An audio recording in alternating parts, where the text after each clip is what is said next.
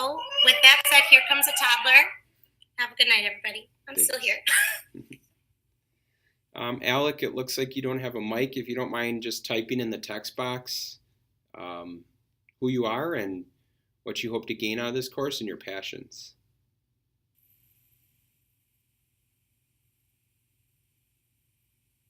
While Alec is typing, let's see, Amy, it looks like you have a mic available. Could you share with us your passions, who you are, and go from there?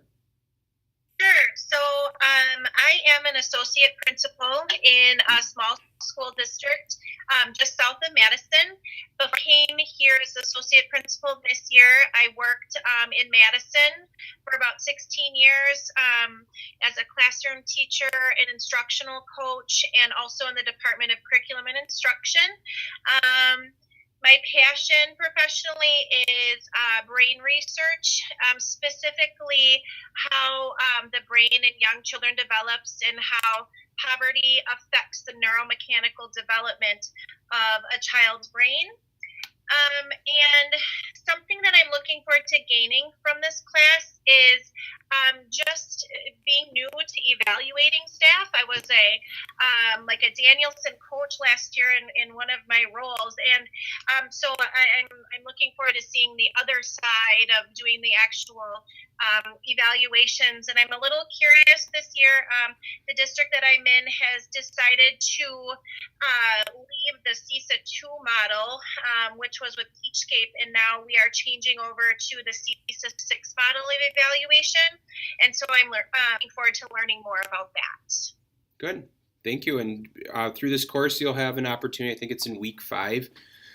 Everyone decides on what model they want to investigate further, whether it's the CISA 6 or the Wisconsin Educator Effectiveness Model, the state model. And it's interesting, people who have in the past who've been in districts that are CISA 6 have stayed with that model, or else some of them have actually looked at the Wisconsin Educator Effectiveness Model because they want to see the other side of, they know from a teacher's lens what no matter what model they are using in their district, they know what that looks like and feels like, but they want to investigate the other models so they have a better understanding of both, so that when they go out to apply for positions, they can talk to both. So it's that comes up, I think, in week 5. You choose which model you want to dig deeper into, and then that will help you with your journey. So thank you, Amy. Excellent. Welcome. Thank you. Looks like Emily has written a response for us. She's an 8th grade language arts teacher in Brookfield at St. John Vianney. Her passion is providing students with individualized education, and she hopes to productively observe and evaluate teachers. I think everyone's eyes open up to that observation process and what that looks like. We have a very concrete plan here in this course, and then you start comparing that to maybe your organization and how they go about observation and evaluation. And hopefully you can bring some things back to your district if they're lacking in that area. So welcome, Emily. We look forward to working with you. Gloria, if you don't mind, if you could jump on your mic and just share a little bit about yourself. I am currently teaching in MPS in a Southside school. 7th and 8th grade math is my primary focus, and I also teach 7th grade reading. I've been teaching in Milwaukee Public Schools for 6 years now, and I have a passion just for working with children in general. I'm the oldest of 9, so had a lot of time building patience and understanding how kids of different ages operate. And really, that's why I do what I do. That's why I go into work every day sick, or whatever, because I really love being able to connect with students and get to know them and understand them and help them to have a voice and to feel as though being in school is a great benefit for them socially, emotionally, academically, and really enjoy their time while they're in our building. I'm really interested to learn more from an administration standpoint on the educator effectiveness model. I'm actually in my 3rd year, my 3rd summary year, using the Danielson framework. And so it's been kind of interesting as a teacher to go through that process, but now to see, what that would be like as an actual evaluator, and some of the thinking behind it, especially when you're looking at how a teacher strives to be distinguished and really understanding how students really become the owners and the leaders of what happens in the classroom is really pushing you into being a teacher that's distinguished. And that was eye-opening for me, and it's really changed the way that I operate as a teacher and a facilitator of my classroom, knowing that I have to let go and really let the students take over and feel a responsibility and a leadership in the classroom. Thank you, Gloria. I agree. When you look at those distinguished levels of Danielson and the attributes, it's really about gradual release and allowing the students to be the decision makers and the facilitators in the classroom. And you're there, I think Adam spoke about it and a couple other people about personalized learning and really achieving that level of personalization for students, and not everyone doing the same thing personalized, but personal learning per student. And what that looks like can be very different from student to student, but it's meeting their needs and it's meeting those standards. So that's a very difficult task to have that happen every day and be distinguished every day. But I look forward to learning more about that. Scott looks like he typed something in as his mic isn't working. He talked about his passion for hunting, so that's coming up right around the corner. And he's an elementary general music teacher in Milwaukee. He also does a lot with academic and behavior interventions in K-3 grades. He's also a substitute for the principal or AP when they're out of the building. That's awesome, Scott. That gives you right hands-on, on-site responsibility. I had that responsibility as well when I was a teacher, and that's some of the best learning I had. It was right there every day. So we look forward to learning with you as well, Scott, and some of the things behind the scenes. Kayla, if you don't mind turning your mic on and sharing a little bit about yourself as well. Hi. So I am a teacher at Templeton Middle School, 8th grade teacher. I teach math. It's my 3rd year there, so I'm enjoying that. My passion, I would say, so personal passion is the Green Bay Packers. And then for teaching, or my professional passion, I would say that I just really enjoy trying to make learning meaningful to the kids and actually make it relevant to their lives. So why are we actually learning math, and why does it actually matter to them, and how they can use it?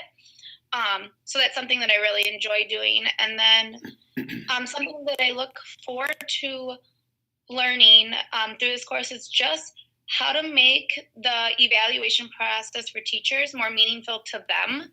Because I think, at least I feel this way, I think a lot of teachers really haven't bought into it yet, and kind of don't see the value in it. There's some teachers who do and others who don't, but I just kind of want to learn different strategies as to how you can get teachers to see the value and how they can buy into really caring about what the evaluation process can help them as a teacher and grow.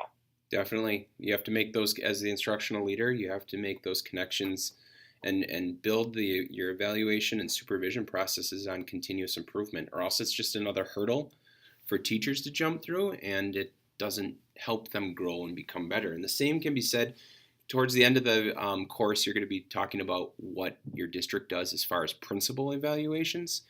And as a principal last year, I was a summer year principal, so I had to do all of the same things that teachers did. I was observed, I had my SLO scored, I had artifact collection, all those type of things. And if that work wasn't meaningful and aligned to my vision for my school, it would have been another hurdle, and it would have been segmented work that my teachers then would have felt the effects of. So it's the same thing when it comes to the evaluation process. It's got to be meaningful for teachers and help them grow, or it's another hurdle or hoop they have to jump through or over, which then probably ultimately impacts their students in a negative way. So I look forward to helping you make those connections, Kayla.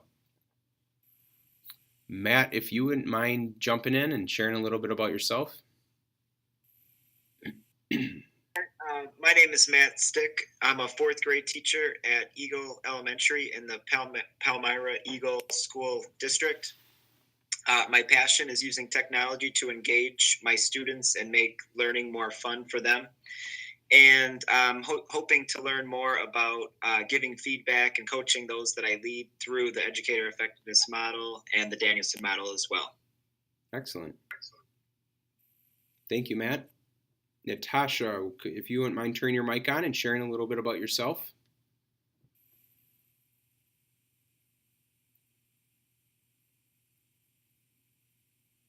Are you there, Natasha? All right. Well, Hello? yes. Hi. Okay, sorry. That's okay. Sorry. Okay, hi, I'm Natasha. I teach 8th grade reading and writing workshop in Grafton. Prior to that, I taught 7th grade reading and writing workshop at the Kettle Moraine School District.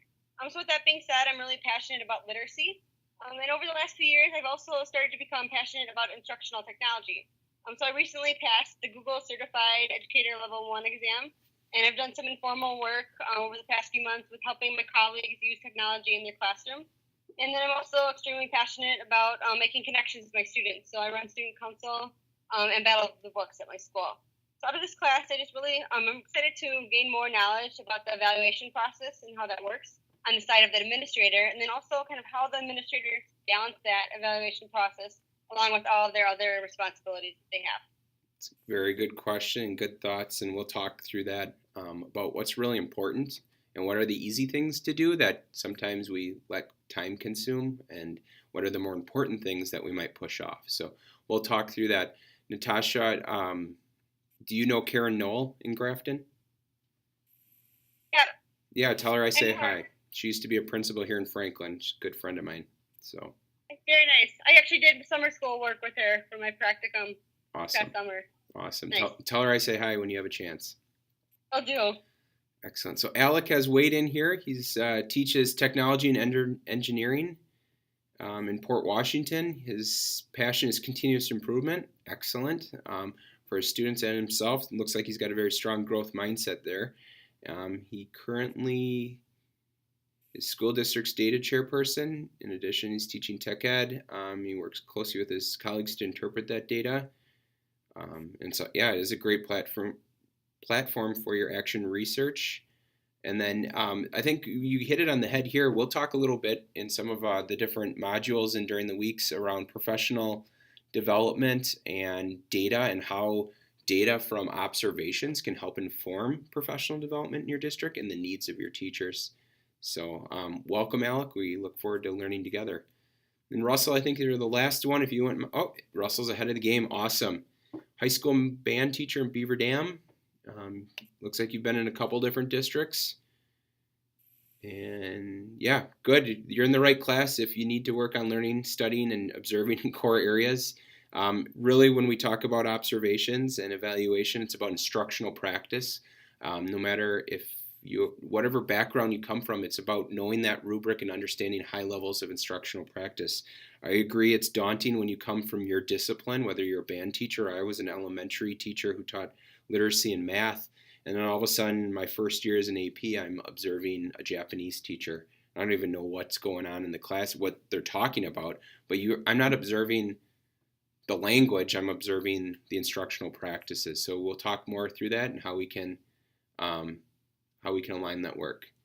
Looks like you're a passionate Chicago Bears fan, and Adam is too. So I'm sorry for the last 30 years of discourse that you've had to deal with, but maybe we can talk about that in another chat one night. So from there, thank you. It's been nice to hear a little bit about each of you.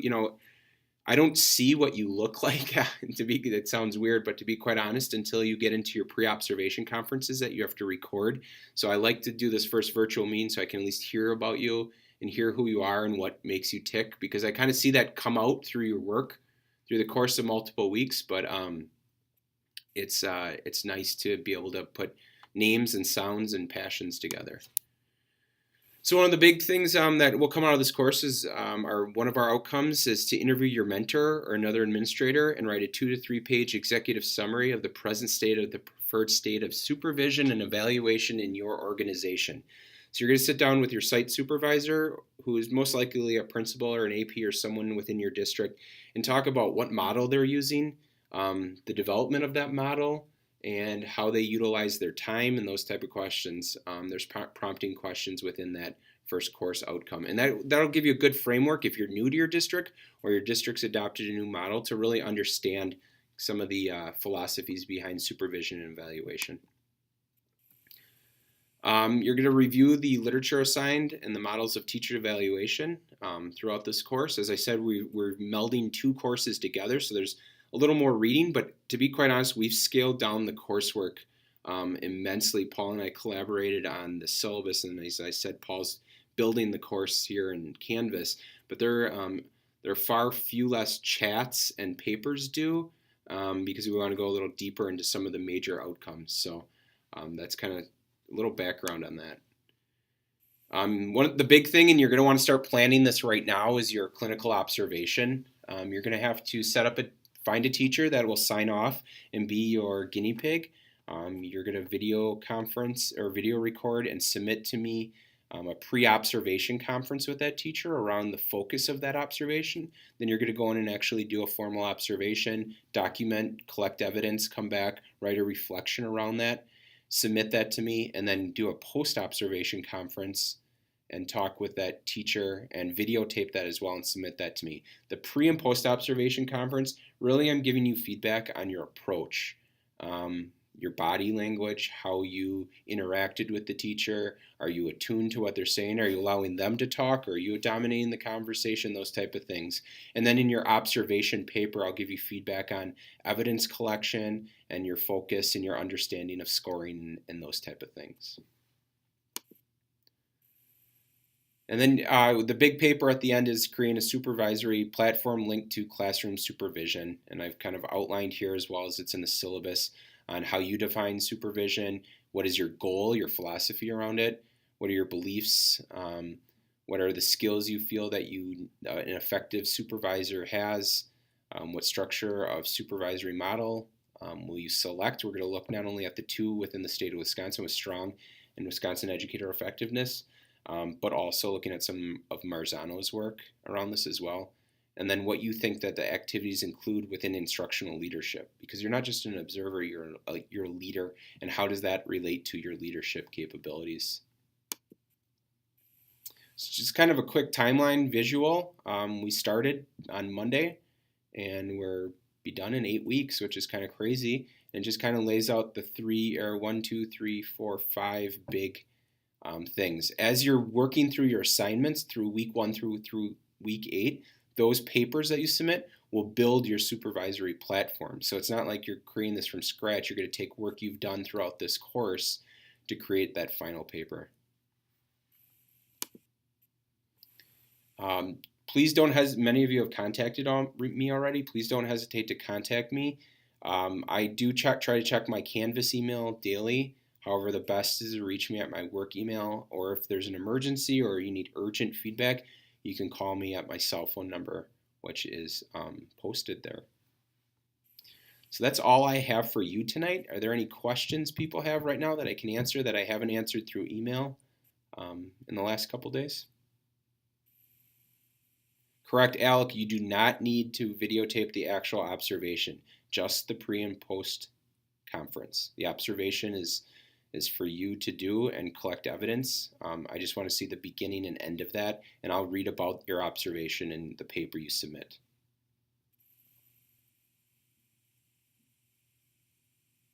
Any other questions?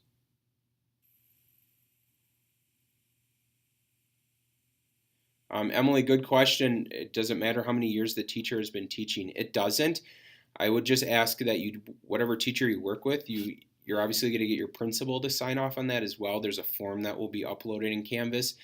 Be cognizant of if the teacher's already on a summary year and they're getting observed multiple times by their principal or their AP or whoever their supervisor is, that you're not adding to that. So really having that conversation with that teacher and that principal on who's really the best fit for you.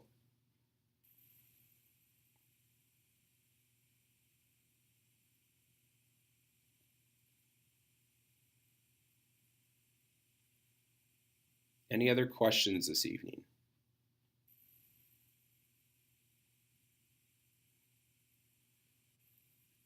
All right.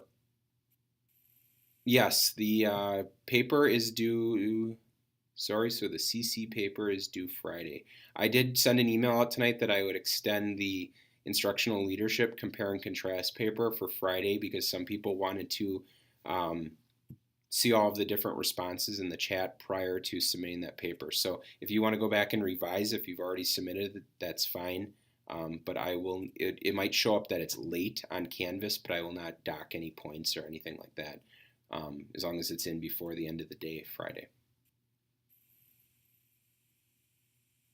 Any other questions? Thank you, Scott.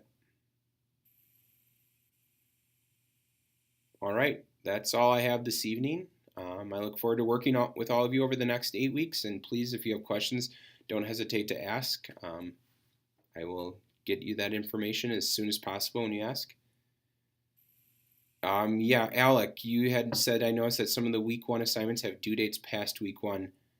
That could be the case in other weeks, so it's really about forecasting out and looking at when due dates are for this course, because you're going to have to gather information from multiple sources, so we want to be able to give you the adequate amount of time for those specific assignments. So Paul is working on it, as I said, to finish the rest of Canvas so that you're able to forecast out and kind of map out your next 8 weeks. Amy, the CC paper is the Instructional Leadership Compare and Contrast paper. If you check your email, your Canvas email, your Wolf Run email, you'll be able to see I sent some info on it.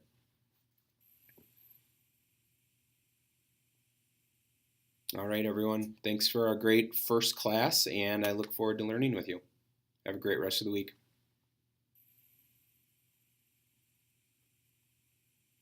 You are now muted.